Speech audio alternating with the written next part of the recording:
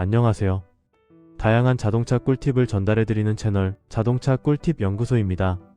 오늘도 알면 돈이 되는 자동차 이야기 현실 숫자로 말씀드리겠습니다. 열심히 운전했는데 통장에 남는 게 없었던 날 있으셨죠? 공차로 40분 이동했는데 콜 하나 못 잡고 하루 종일 뛰었는데 기름값 빼면 남는 게 애매한 날. 문제는 운전 실력이 아닙니다. 시스템을 어떻게 쓰고 있느냐의 차이입니다. 오늘은 화물차주 돈 버는 선택, 내비와 오더망의 진짜 차이 이야기해보겠습니다.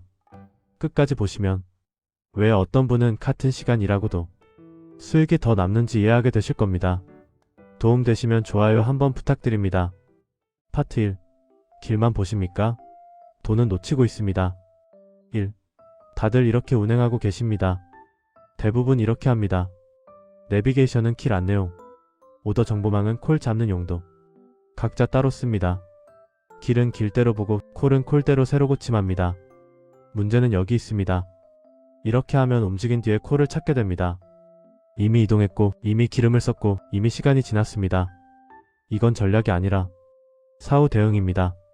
같은 10시간을 일해도 누군가는 공차 80km, 누군가는 공차 30km입니다. 차이는 뭘까요? 정보를 따로 보느냐, 동선으로 묶어서 보느냐의 차이입니다. 오늘 영상에서는 내비와 오더망을 따로 쓰는 방식의 한계, 결합해서 쓰면 왜 수익이 달라지는지, 실제 운행 동선이 어떻게 바뀌는지, 어떤 차주에게 특히 유리한지 현실 기준으로 정리해드립니다. 괜히 장비값만 쓰는 이야기 아닙니다. 진짜 돈이 남는 구조를 말씀드립니다. 다음 파트에서는 내비와 오더망 기능 차이가 아니라 구조 차이다. 이 부분을 파헤쳐 보겠습니다. 파트 2. 기능 차이가 아니라 구조의 차이입니다. 내비는 키를 알려줍니다. 오더망은 콜을 보여줍니다. 커트로 보면 단순합니다. 내비게이션은 최단 거리, 최소 시간 안내, 오더 정보망은 상차지, 하차지, 운임 표시? 그런데 문제는 이 둘이 서로 대화를 하지 않는다는 겁니다. 길은 길대로 움직이고 콜은 콜대로 뜹니다. 그러다 보니 이런 상황이 생깁니다. 상차 끝내고 이동 중인데 방향 반대편에서 괜찮은 콜이 뜹니다. 이미 20분 달렸습니다. 돌아가면 손해입니다. 결론부터 말씀드리겠습니다. 내비와 오더망이 연결되면 콜을 보고 움직이는 것이 아니라 움직이기 전에 콜을 계산하게 됩니다. 이게 핵심입니다. 왜 그런지 지금부터 설명드리겠습니다. 구조가 바뀌면 운행 방식이 바뀝니다. 예를 들어보겠습니다. 어지역 하차 예정. 기존 방식은 하차 후 콜 검색. 하지만 결합 구조에서는 하차 30분 전부터 주변 콜을 지도에 겹쳐서 봅니다. 그러면 선택이 생깁니다. 5km 내 단가 낮은 콜, 15km 내 단가 높은 콜, 이동 방향과 일치하는 콜. 이건 단순 조회가 아닙니다. 동선 전략입니다. 여러분은 어떠신가요? 하차 후에 콜을 찾으십니까? 아니면 미리 계산하고 움직이십니까? 이 차이가 하루 5만원, 한 달이면 100만원 이상 차이로 이어질 수 있습니다. 다음 파트에서는 공차를 줄이는 진짜 원리를 숫자로 풀어보겠습니다. 계속 이어서 갑니다. 파트 3. 공차를 줄이는 사람의 사고방식. 공차는 비용입니다. 선택이 아닙니다. 많은 분들이 이렇게 말합니다.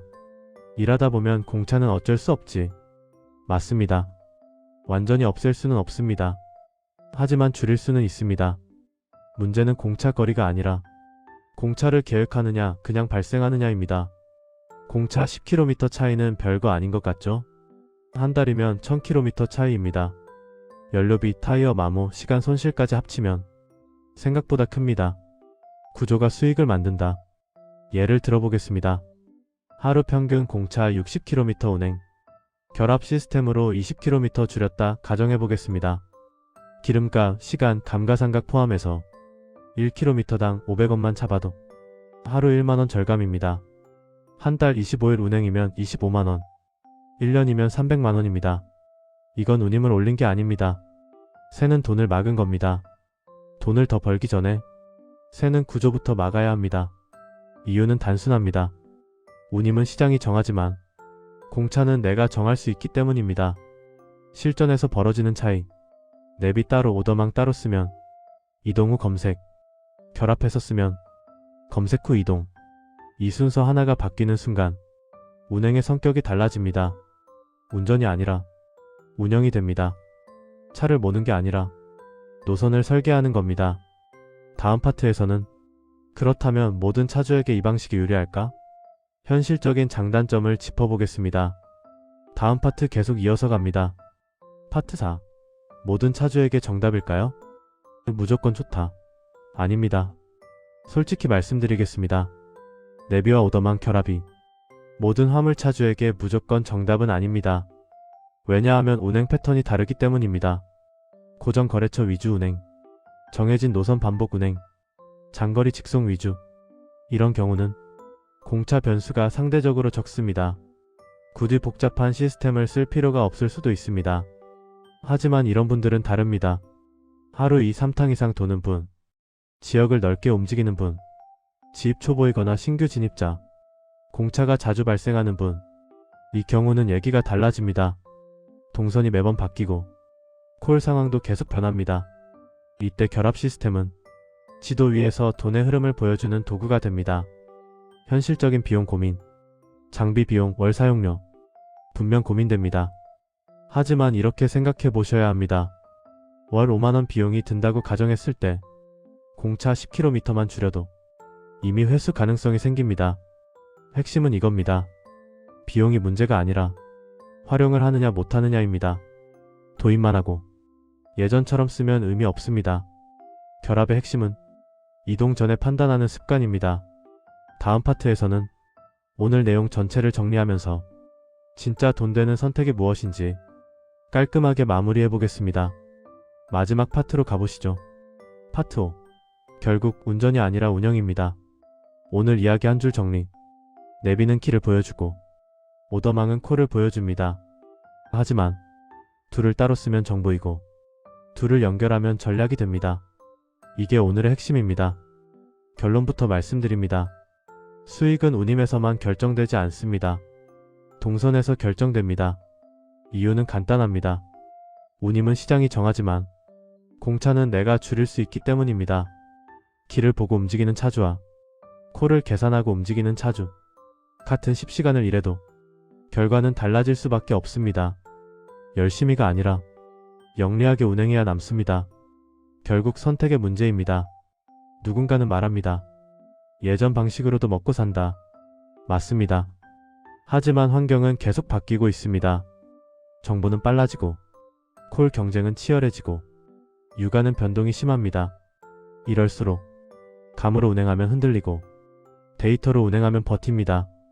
오늘 내용이 무조건 장비 사라는 이야기는 아닙니다. 내 운행 방식을 한번 점검해보자. 이게 핵심입니다. 오늘 전해드릴 내용은 여기까지입니다. 오늘 내용 도움 되셨다면 구독과 좋아요 그리고 알림 설정까지 부탁드립니다. 화물 운행은 단순 노동이 아닙니다. 엄연한 사업입니다. 기름값, 감가상각, 시간, 동선 모두 숫자입니다. 앞으로도 괜히 돈 세는 구조는 막고 헷갈려서 손해보는 부분은 줄이고 실제 현장에서 바로 적용할 수 있는 현실적인 자동차 지식으로 돌아오겠습니다. 크게 떠들지 않아도 조용히 수익이 달라지는 방법 계속 정리해드리겠습니다. 지금까지 알면 돈이 되는 자동차 이야기를 전해드리는 자동차 꿀팁 연구소였습니다. 안전 운행하시고 오늘도 공차 줄이시길 바랍니다. 영상 끝까지 시청해주셔서 정말 감사합니다.